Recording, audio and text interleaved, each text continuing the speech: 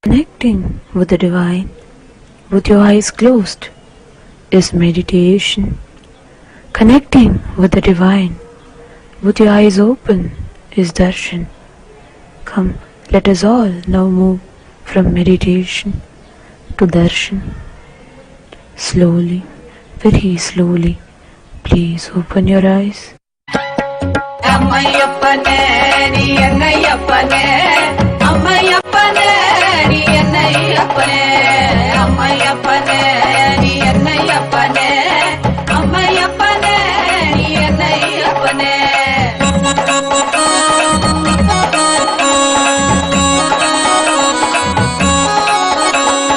மக்களுக்காக மறுபடியும் நீ அவதரித்தனே, மக்களுக்காக மறுபடியும் நீ அவதரித்தனே. அம்மையப்பனே நீ என்னையப்பனே, அம்மையப்பனே நீ என்னையப்பனே, அம்மையப்பனே நீ என்னையப்பனே, அம்மையப்பனே நீ என்னையப்பனே.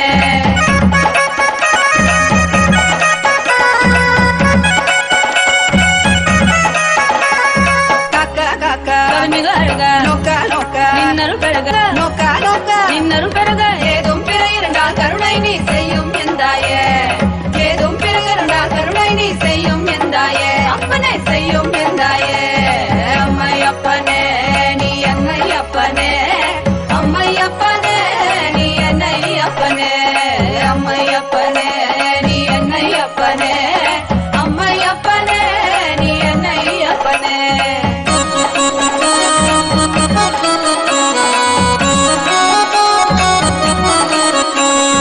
மக்களுக்காக மறுபடியும் நீ அவதரித்தானே, மக்களுக்காக மறுபடியும் நீ அவதரித்தானே. என்னை அம்மையப்பனே, அம்மையப்பனே நீ என்னையப்பனே, அம்மையப்பனே நீ என்னையப்பனே, அம்மையப்பனே நீ என்னையப்பனே, அம்மையப்பனே நீ என்னையப்பனே, அம்மையப்பனே நீ என்னையப்பனே, அம்மையப்பனே நீ என்னையப்பனே, நீ என்னையப்பனே, அம்மையப்பனே நீ என்னையப்பனே.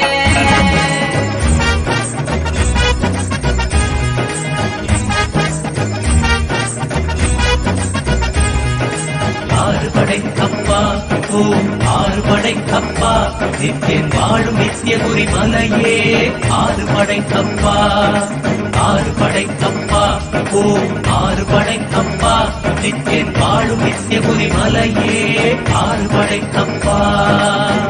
அறுபடை சக்தி ஒருமுக நித்தியனின் திருவடியை நாம் காண்போம், நித்யா திருவடியை நாம் காண்போம். நித்தியன் திருவடி கண்டு நோயற்ற வாழ்வினை பெறுவோம், நித்தியன் திருவடி கண்டு நோயற்ற வாழ்வினை பெறுவோம். ஆறுபடை கப்பா ஓம் ஆறுபடை கப்பா, நித்தியன் வாழும் நித்தியபுரி மலையே ஆறுபடை கப்பா, ஆறுபடை கப்பா ஓம் ஆறுபடை கப்பா, நித்தியன் வாழும் நித்தியபுரி மலையே ஆறுபடை கப்பா. கேட்டால் தருவாய் வந்தால் அருள்வாய், நித்தியபுரி நித்யா நித்யா, நித்தியபுரி நித்யா. நித்தியன் பாதம் கண்டு சகல செல்வமும் பெறுவோம், நித்தியன் பாதம் கண்டு சகல செல்வமும் பெறுவோம். ஆறுபடை கப்பா ஓம் ஆறுபடை கப்பா, நித்தியன் வாழும் நித்தியபுரி மலையே ஆறுபடை கப்பா, ஆறுபடை கப்பா ஓம் ஆறுபடை கப்பா, நித்தியன் வாழும் நித்தியபுரி மலையே ஆறுபடை கப்பா.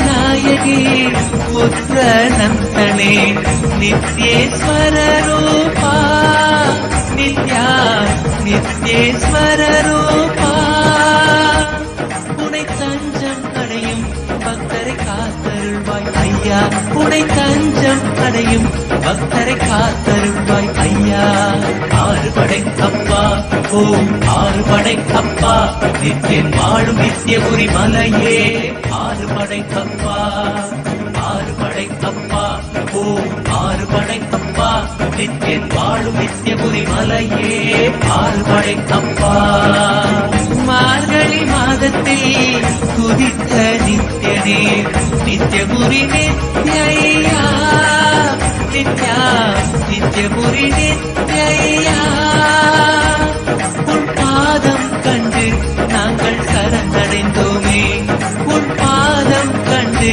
நாங்கள் சரணடைந்தோமே ஆறுபடை அப்பா ஓம் ஆறுபடை அப்பா நித்தியன் வாழும் நித்தியபுரி மலையே ஆறுபடை அப்பா ஆறுபடை அப்பா ஓம் ஆறுபடை அப்பா நித்தியன் வாழும் நித்தியபுரி மலையே ஆறுபடை அப்பா ஆறுபடை அப்பா ஓம் ஆறுபடை அப்பா நித்தியன் வாழும் நித்தியபுரி மலையே ஆறுபடை அப்பா ஆறுபடை அப்பா ஓம் ஆறுபடை அப்பா நித்தியன் வாழும் நித்தியபுரி மலையே ஆறுபடை அப்பா ஆறுபடை அப்பா ஓம் ஆறுபடை அப்பா நித்தியன் வாழும் நித்தியபுரி மலையே ஆறுபடை அப்பா ஆறுபடை அப்பா ஓம் ஆறுபடை அப்பா நித்தியன் வாழும் நித்தியபுரி மலையே ஆறுபடை அப்பா ஆறுபடை அப்பா ஓம் நித்யானந்தேஸ்வர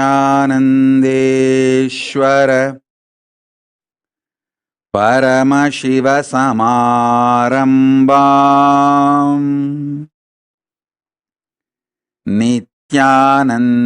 நித்யானந்தேஸ்வரி பரமசக்தி மத்யமாம் அஸ்மதாச்சார்ய பர்யந்தாம் வந்தே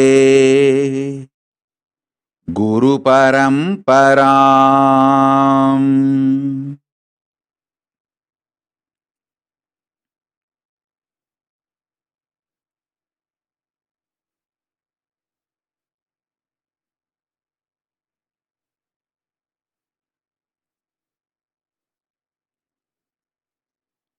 I welcome all of you with my love and respects. I welcome all the living and practicing Hindus from all over the world.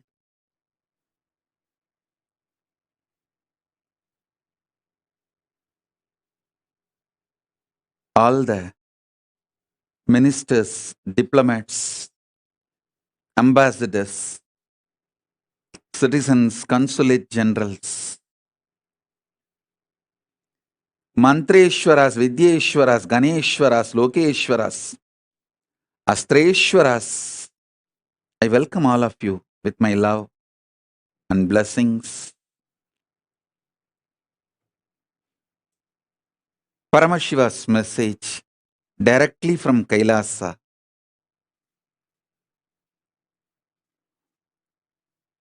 Fourth force,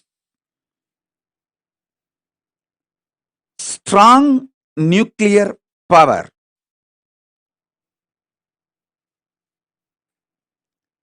is the extension and inclusive of gravity, electromagnetic force, weak nuclear force, all its permutation combinations. Listen. The fourth force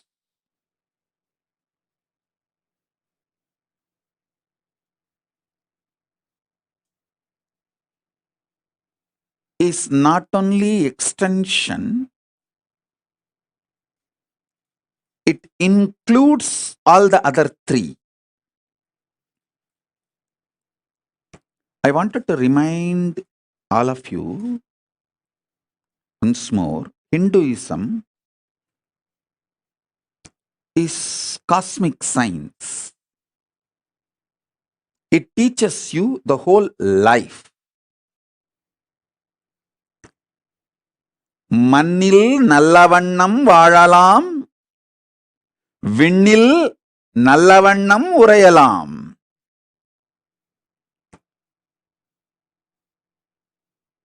மண்ணில் வாழும் அறிவியலும் விண்ணை ஆளும் அறிவியலும்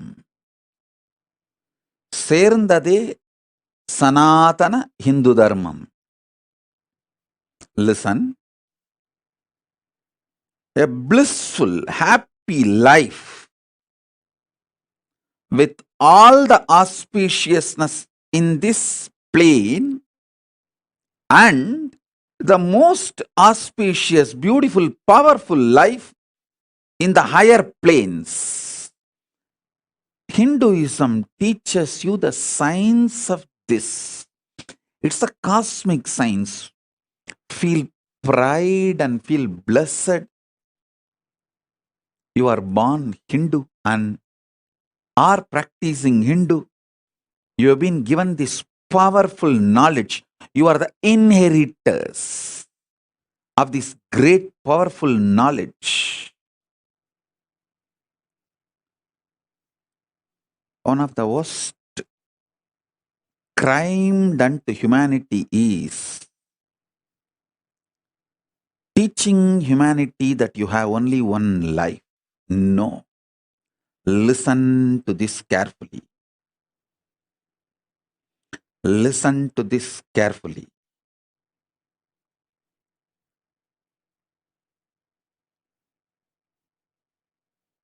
Telling you only we exist, human beings exist in this universe is stupidity. Telling you beings from the other planes, other universe, other parts of the universe are aliens is criminal, crime. Beings from other planes are neither aliens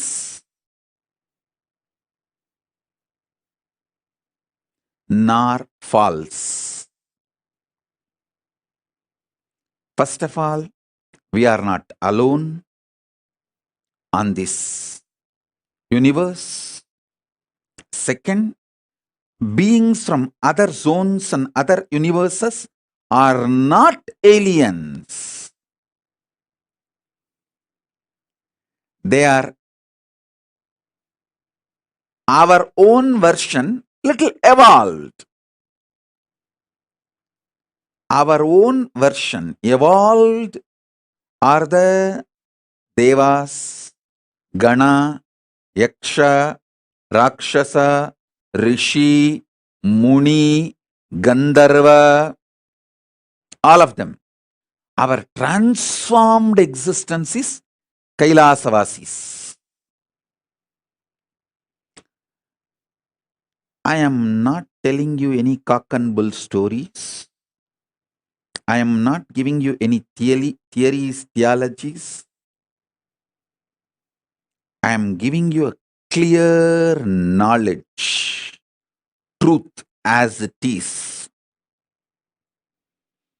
I have come from Kailasa to introduce this cosmic science to the modern human beings because modern human beings forgot this whole science.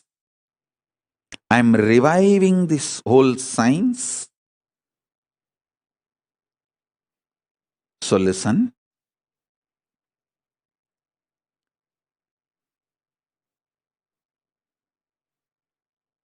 Last few satsangs I was talking about these four forces. Today I wanted to talk about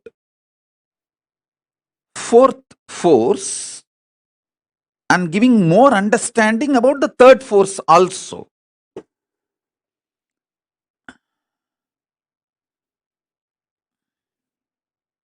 Everything you know about the nuclear power, quantum physics, parallel universe, everything which is established, this multiple existence, all of it put together is third force.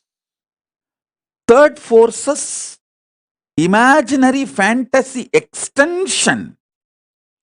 If you do a scientific fiction movie, sci-fi movie, based on all your understandings about the third force, it is fourth force.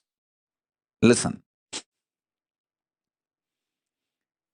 Till now, human beings have not decoded the fourth force in a concrete way, but the fourth force is all possibility of third force. Because it is all possibility of the third force, any science fiction movie you develop based on anything you know about the third force is a reality in the fourth force. Listen to that. I'm repeating. Any fantasy imagination you develop centered on the principles you know about the third force is part of the fourth force.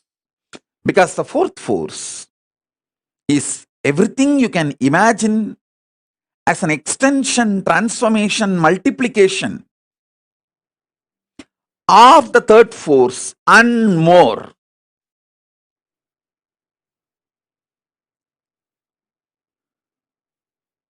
That's the fourth force.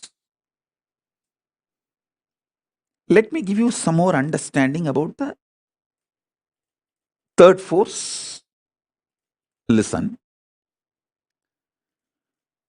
Multiple universes, planes exist. That's the first thing. Pitruloka is true. When you leave the physical body, you carry your Karana Sarira, the causal body, your deep-rooted patterns, and reach the Pitruloka and live.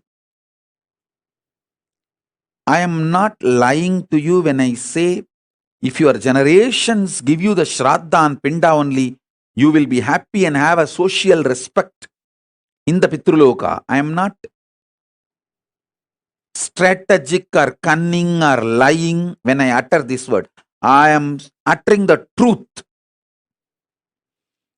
It's not that I wanted the Hinduism to spread and kept alive, so I am telling you this story. If Hinduism is not kept alive, planet Earth will not be there. Get lost. I have nothing to lose. I already renounced the planet Earth. I am in Kailasa.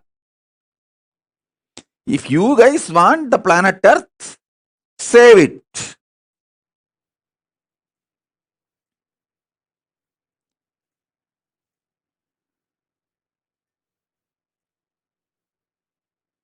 I am here only to give you the truth as it is.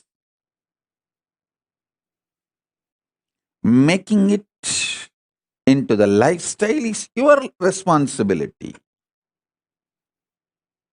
Listen. Especially the people who are already successful, having basic needs of your life fulfilled. Like you already have a spouse, kids, car, house, basic needs. All those people, those of you, it's your responsibility to create ecosystem for your next generations to understand, internalize the science of Hinduism, the cosmic science, the greater science, and keep it alive. I was so happy when I educated myself about this ISKCON's temple they are building in Mayapur.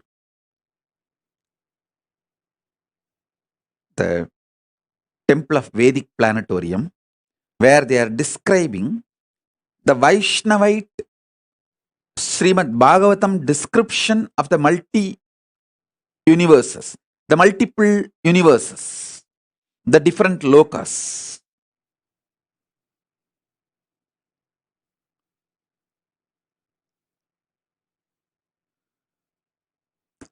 It's a Vaishnavite version. It's a Bhagavatam version. But I am so happy that they have attempted to make people understand about the existence of the multiple universes, the vertical time zones. Surely, I'll be giving the version of the multiple universes and building a temple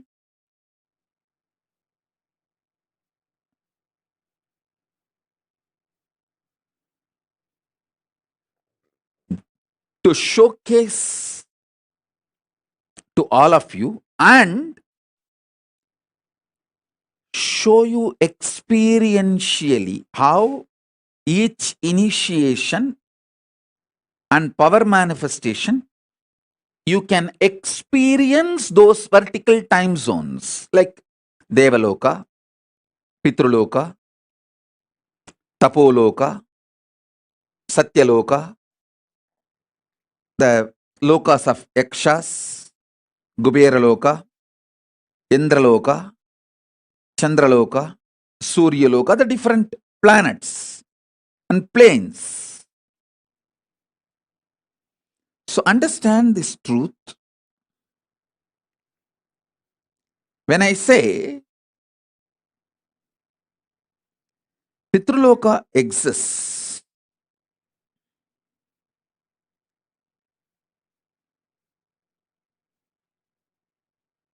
it is true.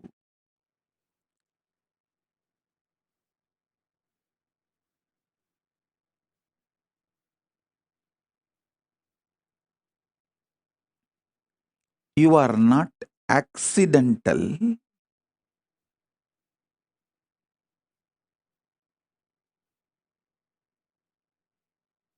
Evolution of some biological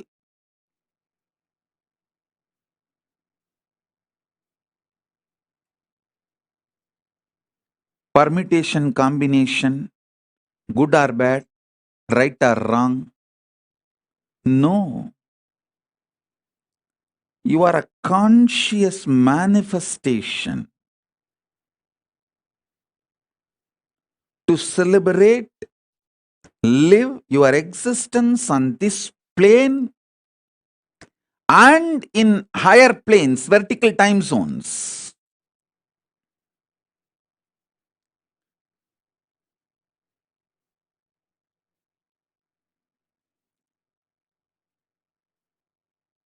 I am giving you the truth and my vision to create an ecosystem where this truth can be lived and celebrated.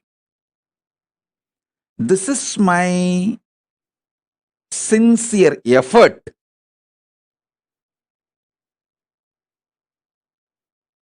to make the Kailasa, whether the first Kailasa I manifested in Tiruchengodu or the Kailasa I am manifesting in multiple places now, or the Mahakailasa I am manifesting. This is the vision. Vision is where human beings are given a very powerful supportive ecosystem where they are complete about everything related to this world: health, wealth, beautiful relationships, success, feeling empowered, enlightened, and know about the vertical time zone, multiple, and start experiencing it, preparing themselves to live in those spaces after they leave the body. Because life doesn't end when your body stops functioning. No.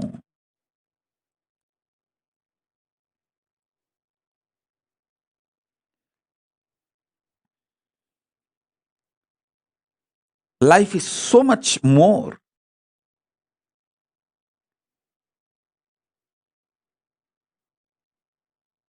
Than you can even imagine, understand.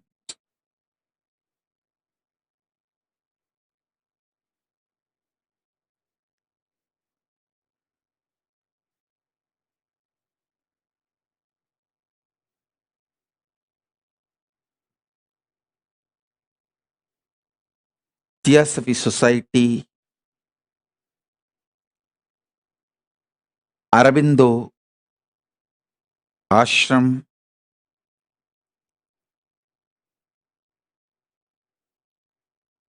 Paramahamsa Yogananda, Osho,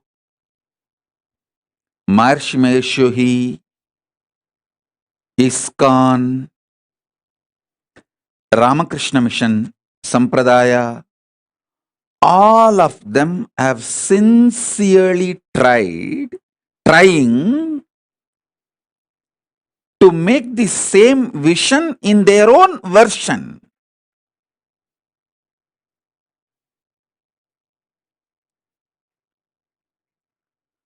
I am trying to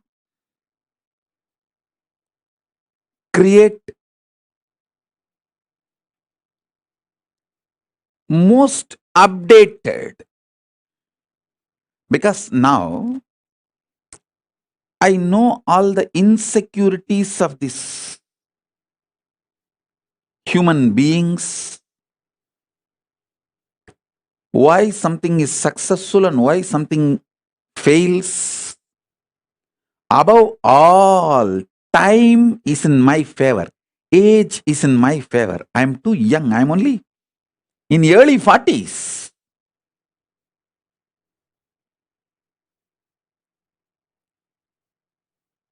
Whole life is in front of me. Already I have 41 Chaturmasya spiritual strength, 27 years of a spiritual socio experiences, working in the spiritual field with the society, 27 years of solid experience and expertise, 41 years of Chaturmasya,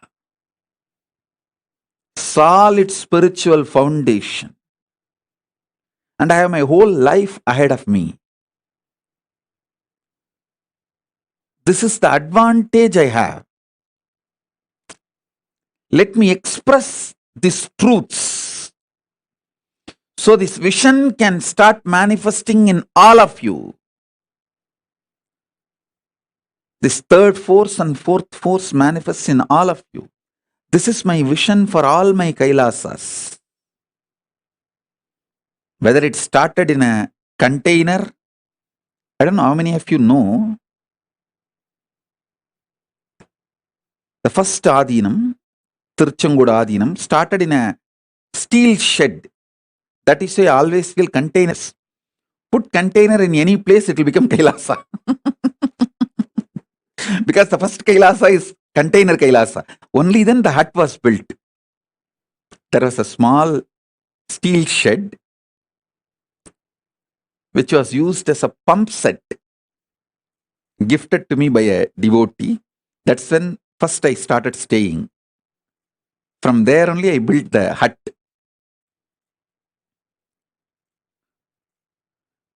So that is why even now, anywhere people give me, donate property, I tell them first put a container, plant a container, start container Kailasa. From there it will evolve. From container Kailasa to uncontainable Kailasa. The vision is same, where we provide an ecosystem for human beings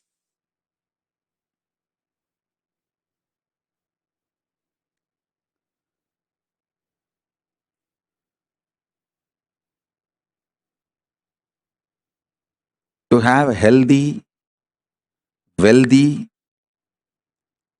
blissful, complete life in this plane and enlightened, awakened life with the higher zones,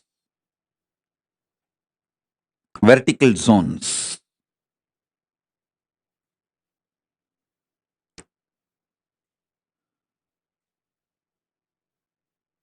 Still, many of my vision is not yet unfolded into reality, but I have spelled out my vision very clearly.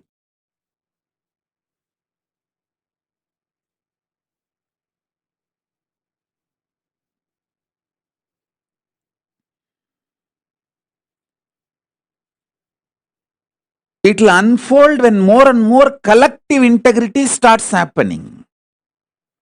For example, I wanted to evolve the Sambhavana system. The Grihasthas can make wealth for their personal life and expenses. Working for Hinduism, for Kailasa, like a win-win. You strengthen the Kailasa and you also get personal income.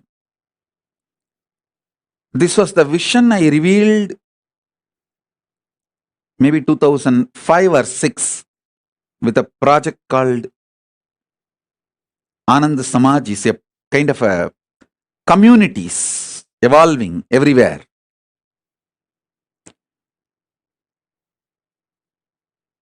If we have people with more collective integrity who take the responsibility for integrity of everyone, these systems can be successful. These things can be successful. A 10 family can join, take up a project, make it successful, have Kailasa strengthened, Hinduism strengthened, and the ecosystem strengthened, and you receive the personal income. All the things are fulfilled like a win-win. It is possible. It is possible, especially in the cities of India and the NRIs in Malaysia, Europe, US, Trinidad, Tobago, where the Hindus are the richest ethnic minority. If you guys start evolving this kind of Kailasas, you will create an ecosystem where your generations will have strong feeling connection with Hinduism. They will live Hinduism. They will manifest Hinduism. They will be giving you the Shraddha for generations, building the modern day Agraharams.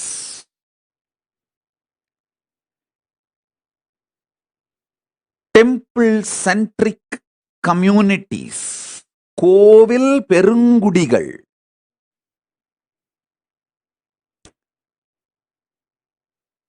தமிழ்ல சொல்லணும்னா மலையும் மலை சார்ந்த இடமும் குறிஞ்சி, காடும் காடு சார்ந்த இடமும் அது மருதம், முல்லை, நெய்தல், பாலைன்னு சொல்லுவாங்க. ஐம்பெரும் நிலங்கள்னு.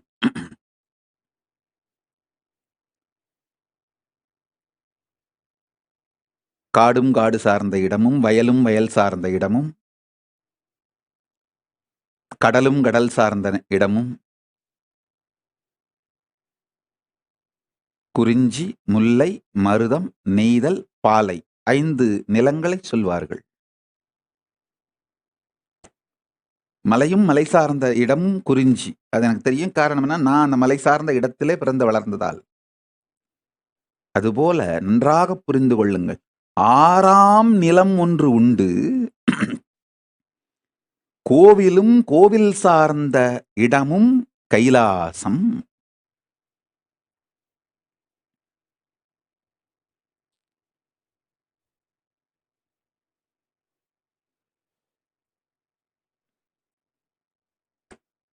Listen.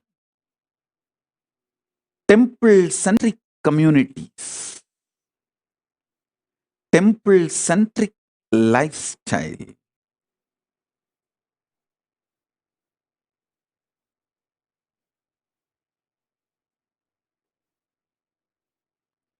It's all just in each city, few families need to have that collective integrity. It cannot be done through autocracy or democracy. Autocracy, democracy, all crazy. All just crazy. Democracy means the mass is cheated, that they are empowered by few autocratic individuals. Autocracy means people know openly they are being ruled and at least hold the rulers responsible historically. So this autocracy, democracy, all crazy. Neither autocracy nor democracy is going to work for the future. It's collective integrity, responsibilism only is going to work for the future. That's why the Kailasa, I am evolving a kind of a new responsible democracy. How I am evolving, you know? All the temple volunteers will vote any issue related to running the temple. All the donors will vote any issue related to money. All the administrators only will vote any issues related to administrative policies. A temple volunteer, if he is volunteering for administration, also he will have 2 votes. He will have a vote in the temple related and administration related because he is involved in administration. If he is an SJP donor, he will have the voting, one more vote to involve and vote about the economic affairs. So the votes are given based on the responsibility, responsibilism. Responsible democracy evolves collective integrity. That's the way I'm evolving now. I'm actually sitting and penning down the whole principles, how the Kailasa should be run, the guidelines. I'm making it into a responsible democracy.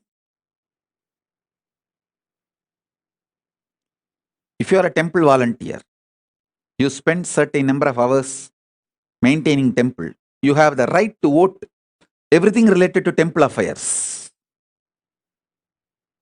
If you are a donor, SJP Yajaman, you get 1 vote related to all the economic affairs. You get 5 votes, all related to economic affairs. If you are volunteering in administration, you get vote to vote in all affairs of administration.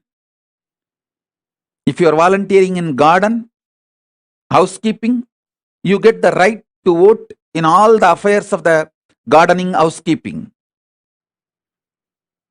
Responsible democracy.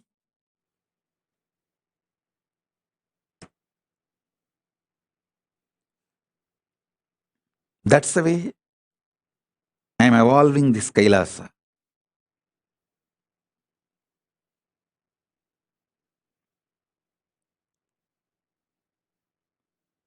This and the spiritual ecosystems I am evolving all over the world.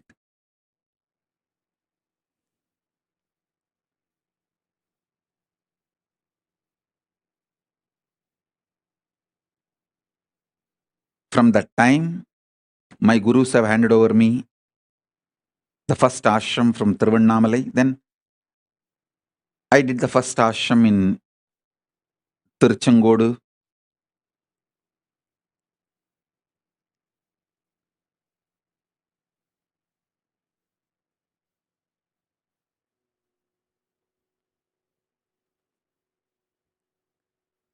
my vision for Kailasa is clear. As I said, மலையும் மலை சார்ந்த இடமும் குறிஞ்சி, காடும் காடு சார்ந்த இடமும் முல்லை, வயலும் வயல் சார்ந்த இடமும் மருதம், மணலும் மணல் சார்ந்த இடமும் நெய்தல்,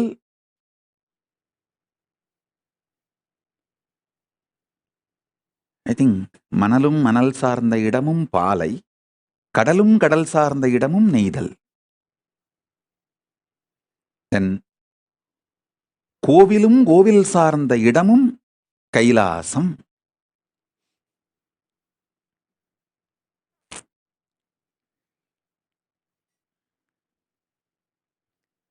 We need to evolve Kailasa everywhere. I am seeing some of the successful Kailasas. Banu Patel has done a best Kailasa in Oklahoma. Because naturally she has a beautiful collective integrity team built for her business.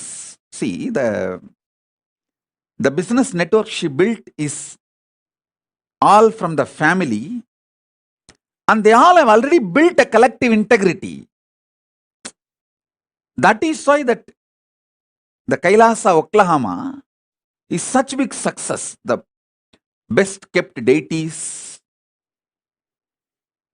most beautiful rituals, they all gather, sing, dance, happily, inspire, live Hinduism, do Garba dance, Bhagavad Gita, Guru Puja, Shiva Puja, spirituality, meditation, yoga, whatever they can. I tell you, they already formed a ecosystem where their generations will learn more and more about Hinduism and live, practice.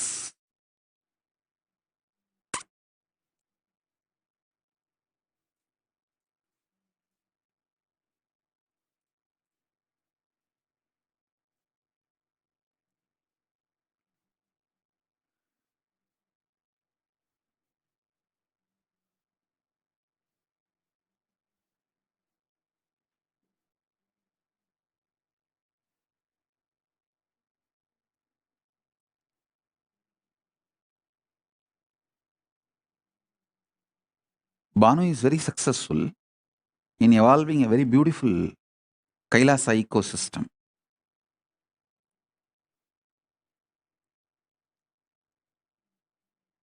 Maybe little more enlightenment, education, knowledge, all that will happen in course of time. But the ecosystem is successful. I feel everywhere, every city, in US, Europe,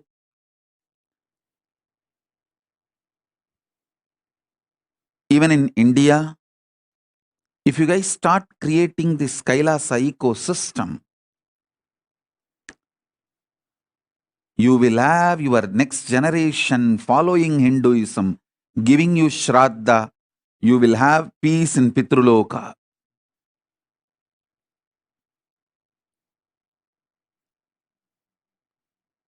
The Kailasa will evolve beautifully on the planet Earth. திரும்ப சொல்றேன், மலையும் மலை சார்ந்த இடமும் குறிஞ்சி, காடும் காடு சார்ந்த இடமும் முல்லை, வயலும் வயல் சார்ந்த இடமும் மருதம், கடலும் கடல் சார்ந்த இடமும் நெய்தல், மணலும் மணல் சார்ந்த இடமும் பாலை. ஏன் மெமரிலேயே கரெக்டா இருந்து இவனுங்க ரெஃபரன்ஸ் கொடுக்குறேன்னு சொல்லி துண்டச்சீட்டு கொடுத்து என்ன குழப்பிட்டானுங்க. எப்போவுமே நம்ம மண்டையை நம்புறது தான் பெஸ்ட். துண்டு சீட்டை நம்பினோம்னா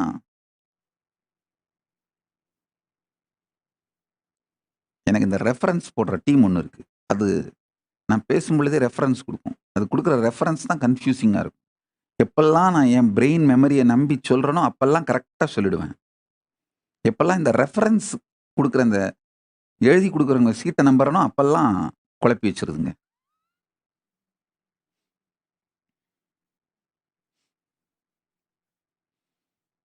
மலையும் மலை சார்ந்த இடமும் குறிஞ்சி, காடும் காடு சார்ந்த இடமும் முல்லை, வயலும் வயல் சார்ந்த இடமும் மருதம், கடலும் கடல் சார்ந்த இடமும் நெய்தல், மணலும் மணல் சார் கோவிலும் கோவில் சார்ந்த இடமும் Kailasam.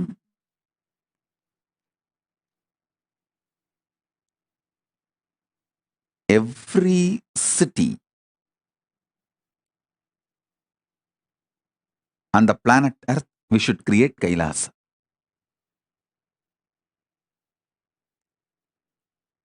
Every city we should create Kailasa.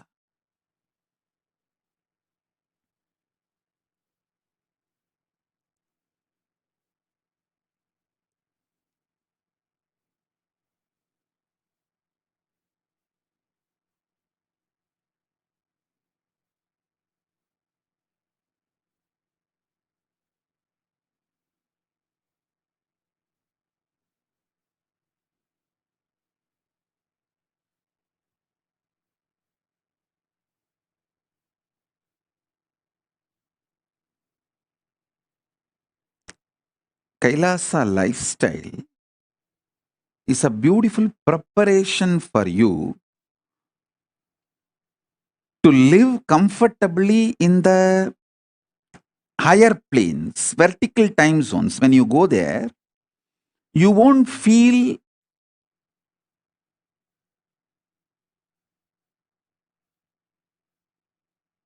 cultural shock. You will not feel cultural shock when you go to the higher planes if you learn the Kailasa lifestyle here on the planet Earth.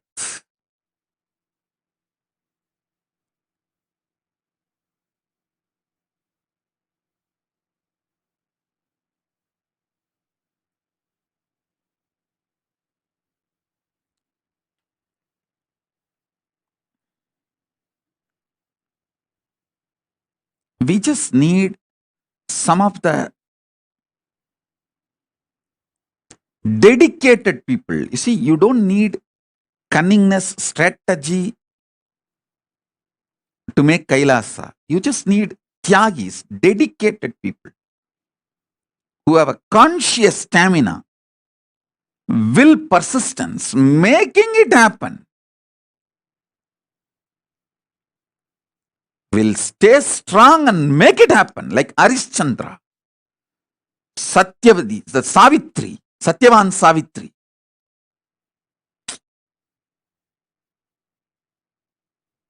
Whatever.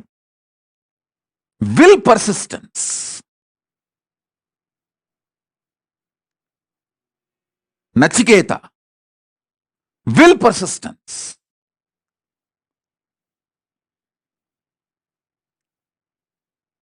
A child fasting for 2.5 days without food and water equivalent to an adult fasting for 2.5 years. Because for child, food is the only life, source of life. For an adult, there are multiple sources of life. His body has evolved to use multiple things as source of life. But for a child, food is the only source of life. And a child, Nachiketa, fasting for 2.5 days is equivalent to an adult fasting for 2.5 years with a will, persistence. Satyavan Savitri, Nachiketa, Arishchandra,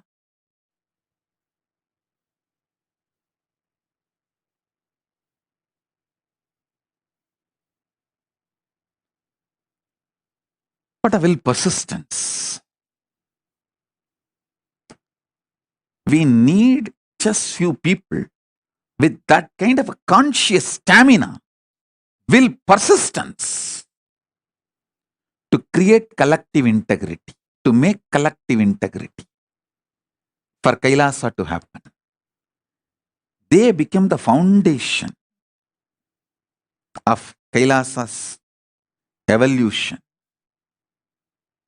Not any efficient, cunning, strategic, no.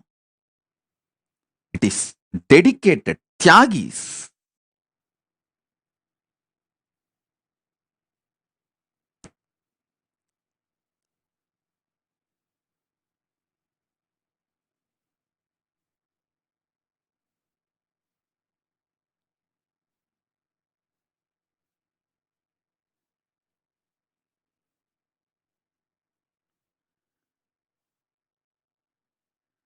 Earlier, the Kailasas are like luxury. But now, it is survival need.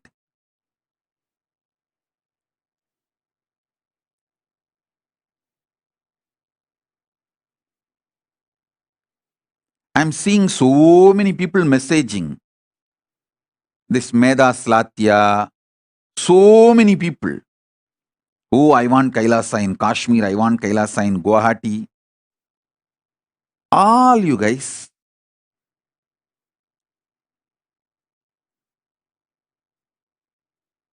stop wasting my time if you can't take the responsibility. Meda Slatya, you don't need to be independent. You just need a conscious will, conscious stamina, will persistence.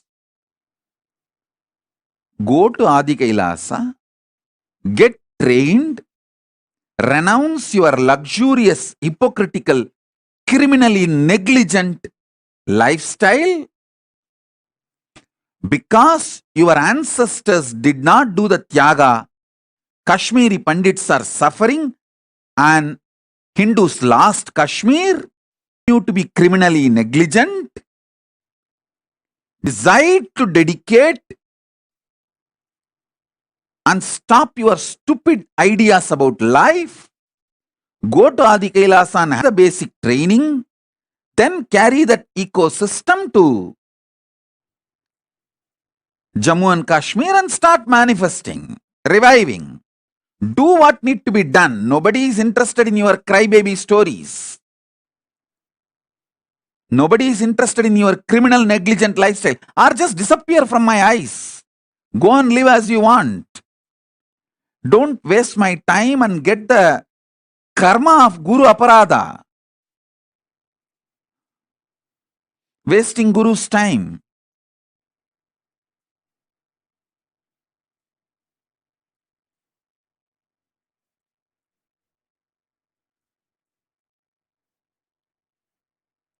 When I give a vision, everyone says, oh, I want to do, I want to do. Come on.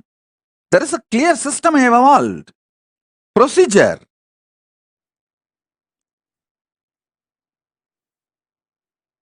There are ecosystems which is functioning. It's not that those ecosystems are perfect, but it is budding. Go there, see what all can be done.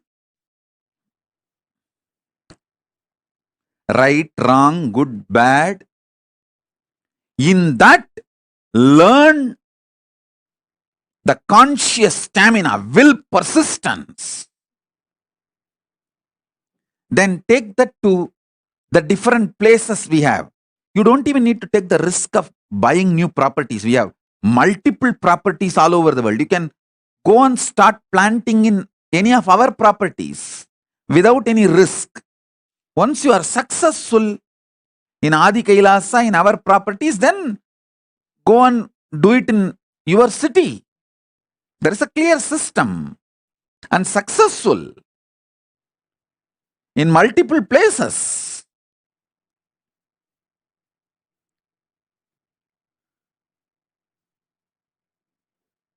instead of doing the responsibility, just lying to yourself and to me, oh, I want to do this in Jammu, I want to do this in Kashmir, I want to do this in Guwahati, I want to do this here, I want to do that there. No.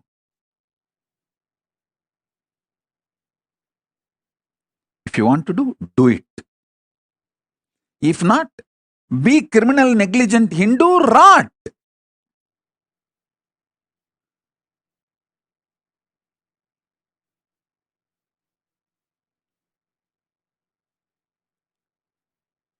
As I told you, the Hindus should know their negligence has crossed the level of casual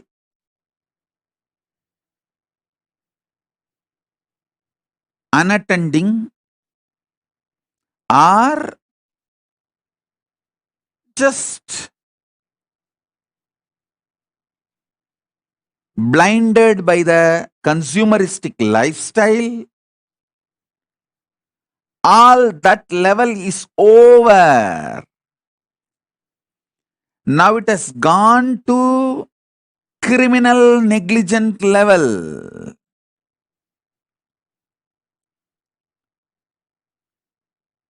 If you get out of your criminal negligence and create Kailasa ecosystems in every city, the next generation of Hindus are going to be there. And I don't want to say the otherwise. What will happen? I don't want to utter through my mouth. Because I have to make it happen. I don't have a choice.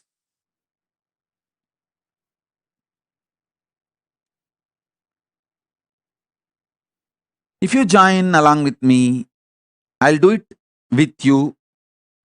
If you don't, I'll do it without you. If you oppose, I'll do it in spite of you. But I'll do it. I'll make it happen.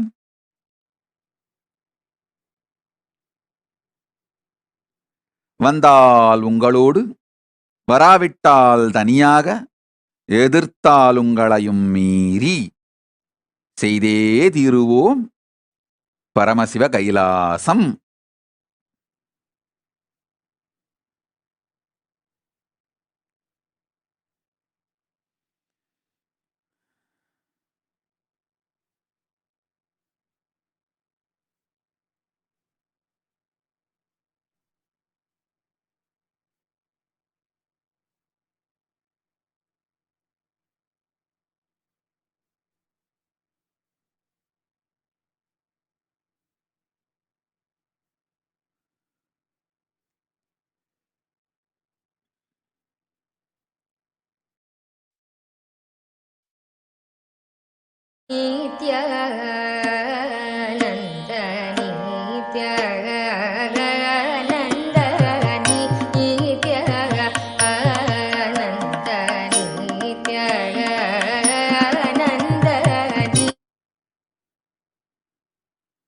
Listen.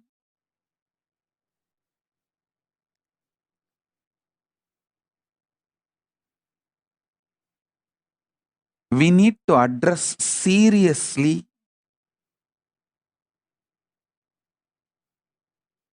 these few issues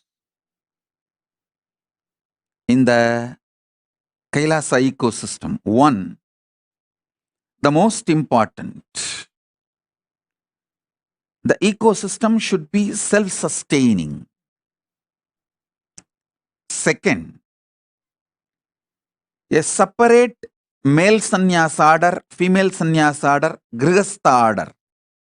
All these three separate. Third,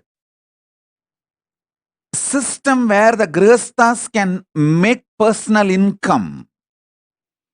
Some method of sambhavana where they make enough personal income for their personal expenses.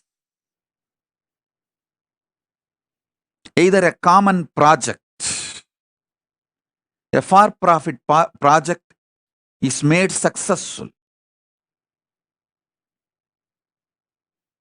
running a restaurant or running a hotel, motel, or running even enriching and causing very professionally.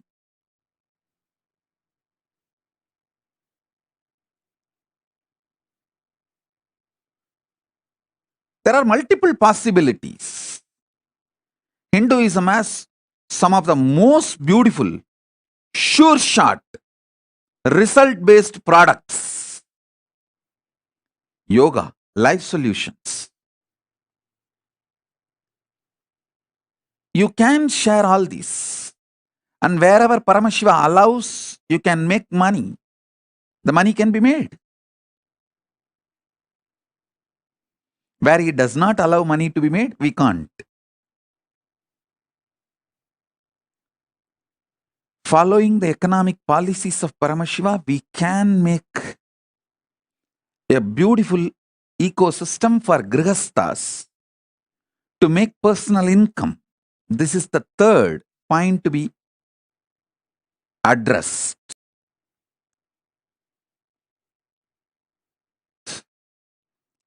A responsible democracy in evolving all the policies of those Kailasas ecosystem.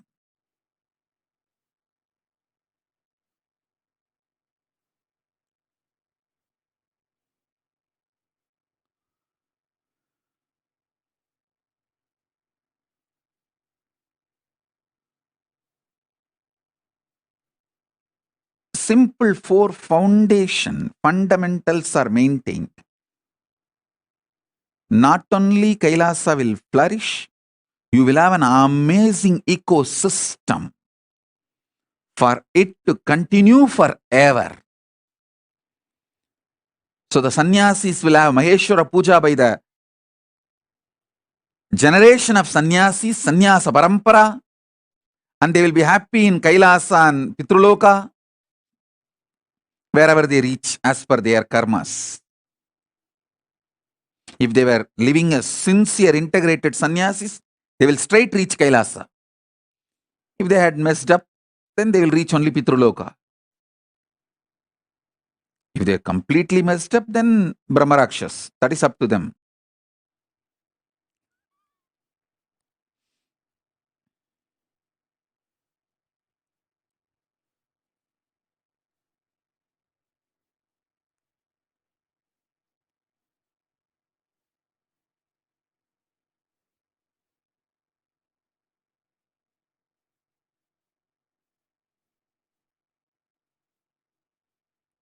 All the Grihasthas will have their generations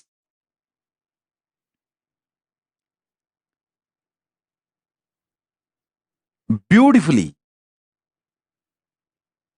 living Hinduism and giving Shraddha to you for generations. So you will be happy in Pitruloka or Kailasa, wherever you reach.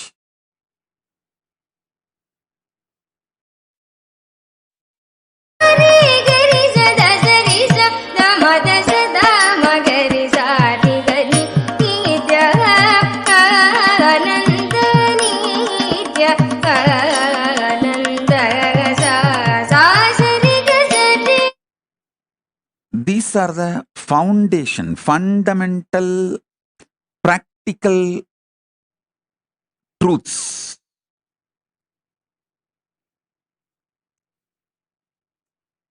This is enough for the Kailasa ecosystem to manifest.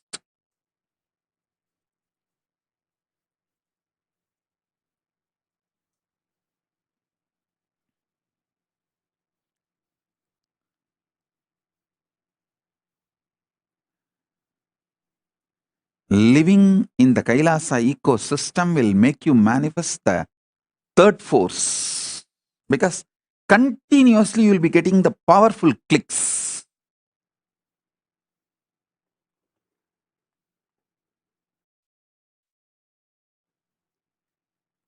You will have a very peaceful life.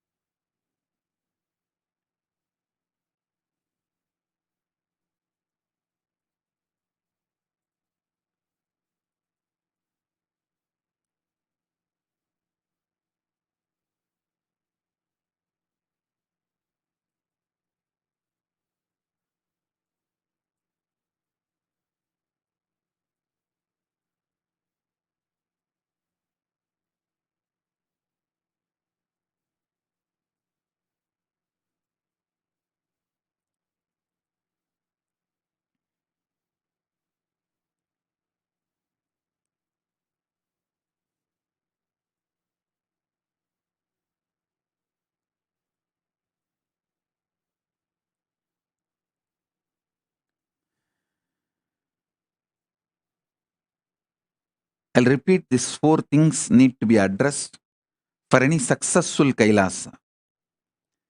Separate place for male sannyasa order and female sannyasa order, which will include their own temple, their own gurukuls for that gender. Male sannyasa order will have the male sannyas gurukul and the temple run by them. Female sannyasa order will have female gurukul and temple run by them. Goshala for themselves and library for themselves. 2 separate ecosystem, and the grihasthas separate. Grihasthas will have their own library and their own temple, their own goshala or any other projects. All 3 separate campus so that each one's ecosystem is not disturbed by the other's ecosystem. Only then all 3 will be successful. If not, all 3 will go through idiotic comparisons, land into criminally destructive mental setup. Grihasthas feeling jealousy about the sannyasis and sannyasis feeling, sannyasis comparing themselves to grihasthas is extreme stupid.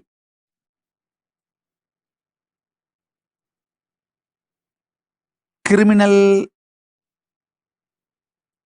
negligence and crime itself.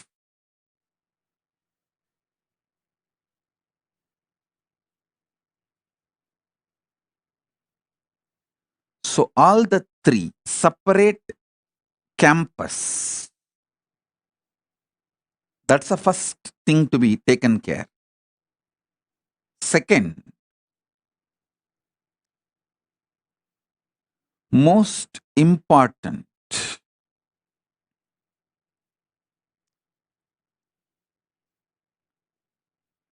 grihasthas should have a win-win, successful way of earning personal income, so they don't need to expect anything from the outer world or from the administration.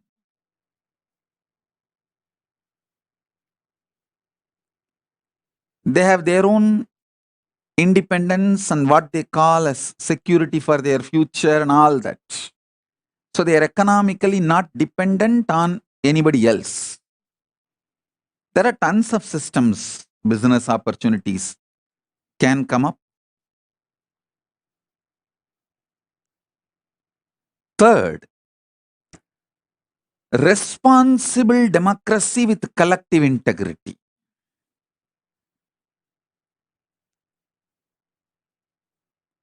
Responsible democracy with collective integrity.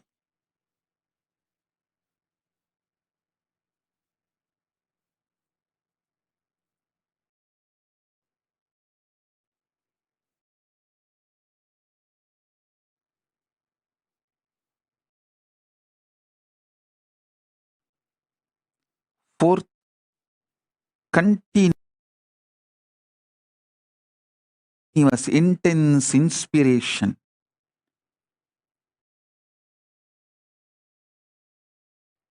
Living Kailasa.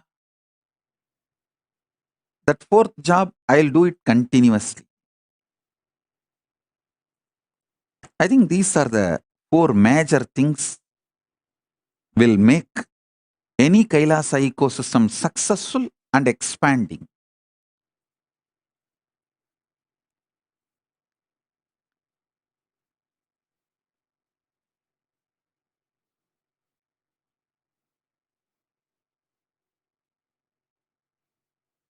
Based on these principles, you can create in each city on your own. It is not necessary all the Kailasavasis have to have houses just in one campus. No, it can be near around the temple. You can settle down around the temple. For example, there are so many people, devotees, who have settled down around the LA temple, Los Angeles temple. They are not in one campus, or it's not that owned by the central organization or anything. It's all their houses. But they have settled down around the Kailasa, Los Angeles. You can settle down around the Kailasa, San Jose, driving distance or walking distance, and start developing collective integrity. Start developing separate campuses for men and women.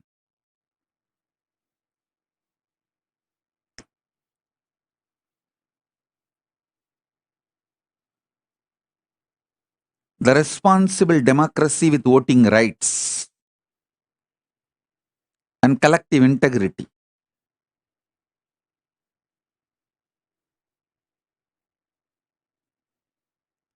This will make Kailasa ecosystem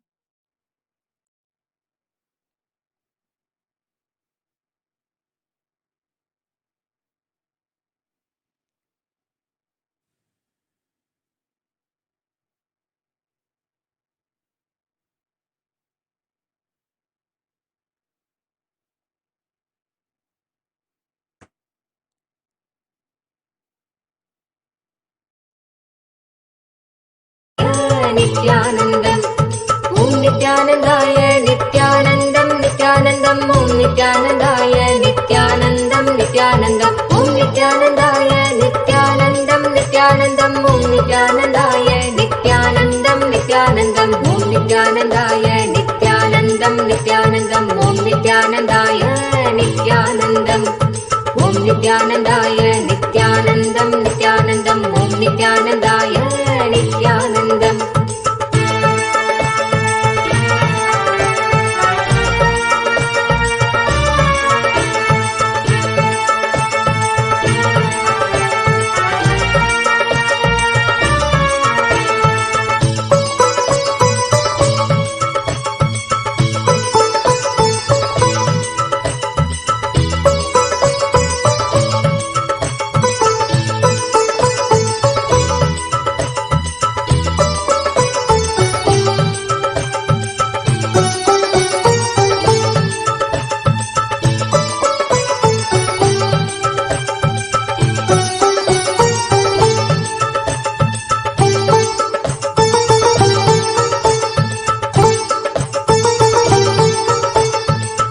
Nithyanandaya, Nithyanandam, Nithyanandam, Om Nithyanandaya,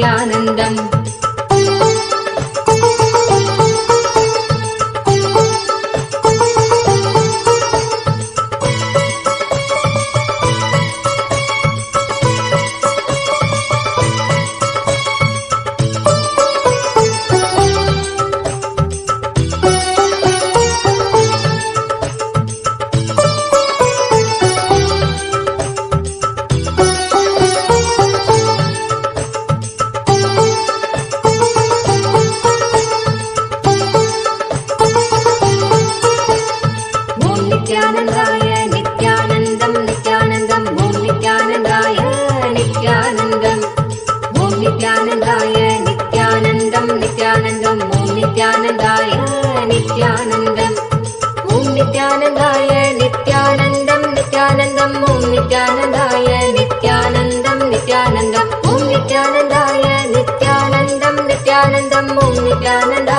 Nithyanandam, Nithyanandam, Om Nithyanandaya, Nithyanandam, Nithyanandam, नित्यानन्दम् Om नित्यानन्दाय नित्यानन्दं नित्यानन्दम् Om नित्यानन्दाय नित्यानन्दम्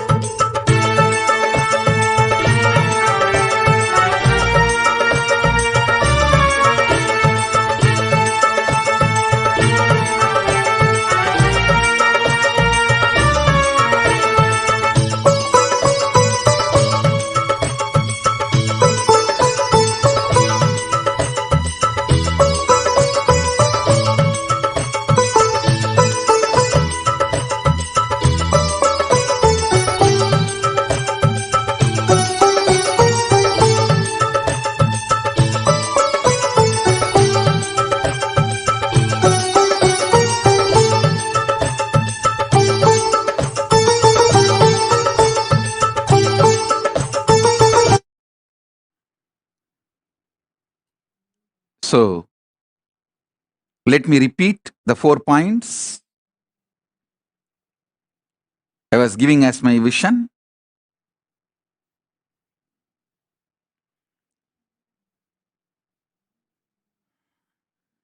For a successful Kailasa ecosystem,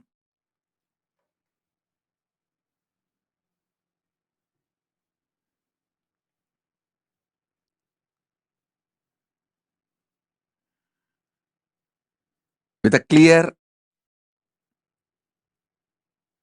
description and definition,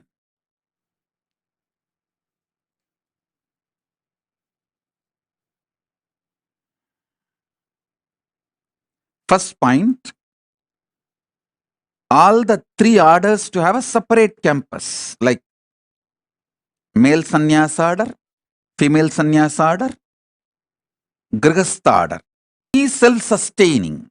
See, when I say male sannyas order, it includes all the individual single male, like Rudras, Bhairava, Yoga,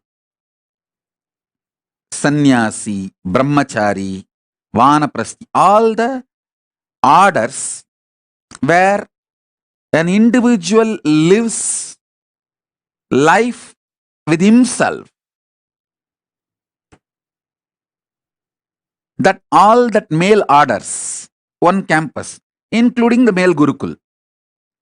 Next, female orders.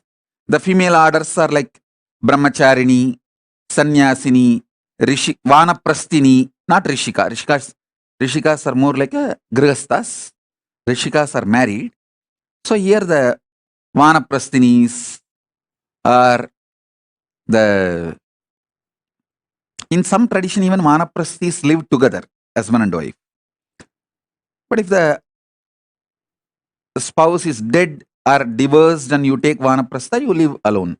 All the single female, including the female Gurukul, that as on campus, in that Rudraganya, Yogini, Bhairavi, all the female single sampradayas, and the Grihasthas, all 3 separate campus, self-sustaining,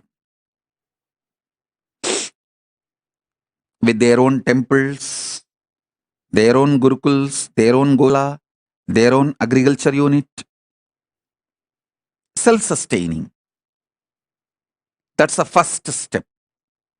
Second step, where Grihasthas are able to generate personal income through all the allowed business by Paramashiva. Paramashiva has given a clear list of allowed business where you can make money, sattvic money. All the allowed businesses can be explored. And private income, personal income is generated. Where it's like a win-win. You strengthen the Kailasa and Kailasa also strengthens you. Win-win.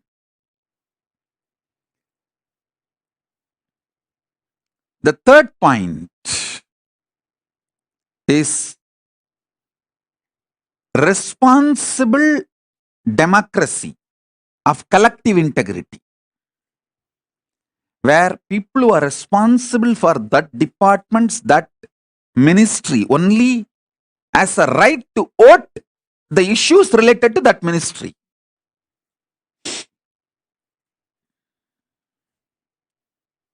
So all the mess ups of the democracy is eliminated. Criminal negligence can be minimized or drastically reduced, literally removed. And the fourth point is intense spiritual inspiration, experiential Kailasa lifestyle. This four will make successful Kailasa ecosystems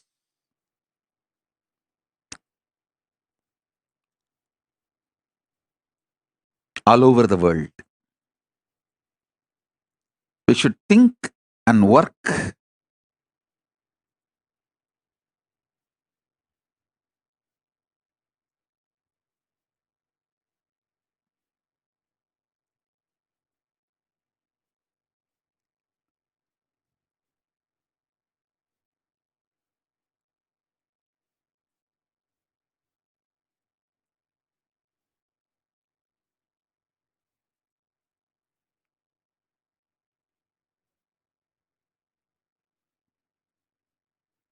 to make the Kailasa ecosystems all over the world.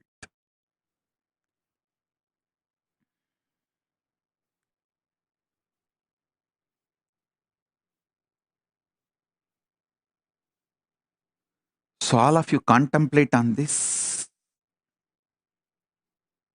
I'll reveal more depth and details about third force and fourth force in a very practical, implementable ways.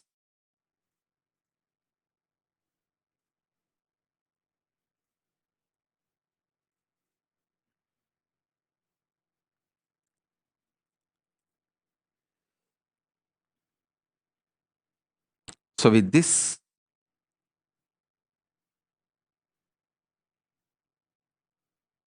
later I'll announce the time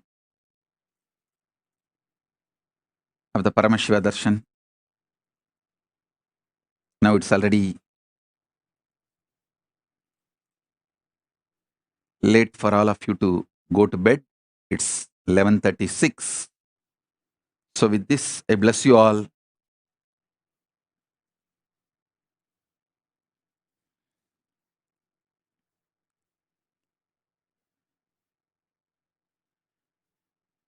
Let's all radiate with integrity, authenticity, responsibility, enriching, causing,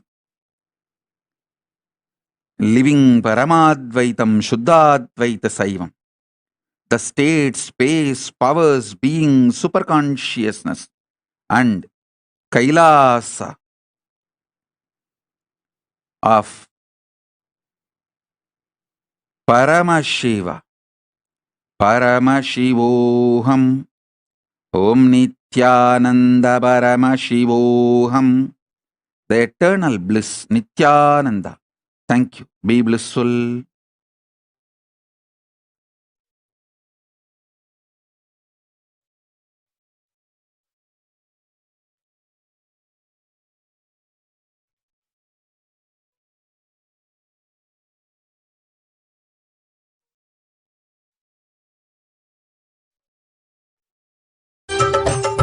Nithyanandam, Om Nithyanandaya, Nithyanandam, Om Nithyanandaya, Nithyanandam, Nithyanandam, Om Nithyanandaya, Nithyanandam.